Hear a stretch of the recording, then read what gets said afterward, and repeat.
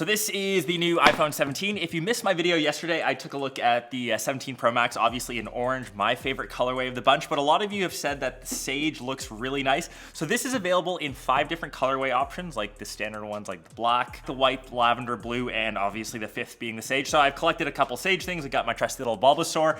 This is probably the device that you should upgrade to for like 95% of you out there. There's a few upgrades which I think are really good. The fact that the price hasn't actually changed. So this still is $799 Canadian dollars. That's around like $11.29, I think. Whereas the Pro models have got a $100 bump up. So this will save you money. It's got some good features. Let's take a look at the box and enjoy the unboxing. Obviously you see the design and the colorway of it. Nothing much has changed from the actual like box design as we slowly lift that up. Checking that out for the first time, kind of matches, Bulbasaur. Like I am team OG Bulbasaur as, my favorite Pokemon of the bunch. And this would definitely be the color that I would get. It looks really nice, not too saturated, not too, off color. And the thing that I will have to say, compared to the Pro Max, which has that dual, I guess, like tone, you can see that this part here for the Pros are glass, whereas the rest are aluminum. On the back of the standard 17, that is all glass, which makes it look really, really clean. Obviously, you don't have that plateau, and it's more of a traditional like iPhone look that a lot of people are used to. On the sides, we still have the banding in aluminum, and if we just take this front cover off. So inside the rest of the box, you just have a USB-C cable, unfortunately not color matched, that is braided, and since this has no SIM card anymore, you can see here Canadians have joined the fun with no physical SIM. They've all been switching to eSIM. I think there might be like a couple of countries that still have physical physical slims.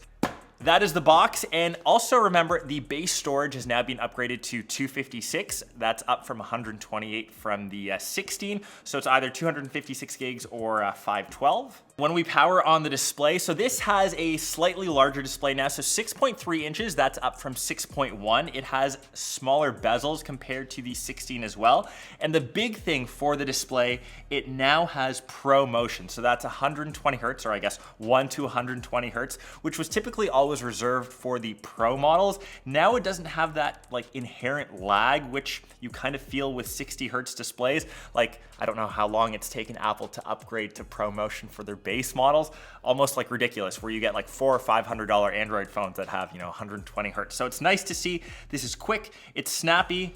This, in my opinion, is the upgrade that most people should get, and it won't tide people over to getting the Pro model. Like the big thing for the Pros, obviously the chip, the cameras, but for the regular like day-to-day experience, this feels like a really good phone. One big upgrade I think to the front that a lot of people should know is this little center stage camera. It is now 18 megapixels instead of 12, and what's cool, because of the design of the sensor, it's actually like square. You don't have to rotate the phone like you traditionally would to switch to say like a portrait or landscape shot. You can actually just press these little buttons right here. So on the bottom, for example, I just press that. So we have like a full horizontal view, switching that back to portrait, and you can go even ultra wide to get every shot you want, and you no longer need to rotate your phone weirdly. This has been actually a really good upgrade. I know a lot of people use these phones for like FaceTime calls, for taking selfies. You use your phone for what it's for. This front camera has been a really good upgrade. And for the cameras on the back, the ultra wide has now been upgraded. So actually both of the sensors are 48 megapixel fusion cameras. So you have the ultra wide as well as the standard wide lens. Obviously on the Pro model, you have that telephoto, which is the big difference between the three. It takes some really good shots. And when even comparing that to the iPhone Air, which I'll make a separate video on, which just has, for some reason, the wide camera, it only has the one like sensor. It would have been so nice if they included, I guess, like the ultra wide.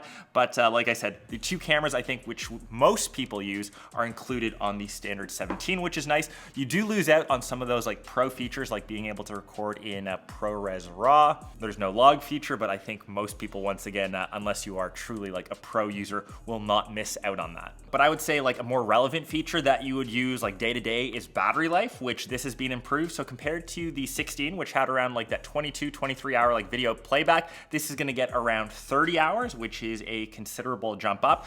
Charging speeds are also faster. You can get from 0 to 50% in around 20 minutes. Keep in mind you need a 40 watt adapter for that, and obviously, sadly, nothing comes in the box, so you either have one existing or you have to purchase one separately. I'll leave one from like Amazon that I typically buy. But like I said, the iPhone 17 in this age, get this colorway, be Team Bulbasaur. This is probably the upgrade that I think most people should get. I do not think spending that extra money for the Pro model for most of you is worth it. Like, unless you truly need the extra size for the extra battery, unless you really want that telephoto, some of the Pro features like in video, maybe like the A19 Pro if you're really doing a lot of like gaming on your device. Obviously the standard 17 just has the A19, but for daily tasks, whether you're like doom scrolling on Instagram through socials, just browsing on your typical device like most people do, get this, be happy, be Bulbasaur. I guess Bulbasaur is like a grumpy guy usually in the anime. Like a happy Bulbasaur. Be a happy Bulbasaur. Hope you guys enjoyed your first look at the 17. I know models will be available like starting tomorrow, so let me know if you've pre-ordered one, if you're picking one up, and across the lineup, would you get 17, 17 Pro, or the 17 Air? Let me know. Peace.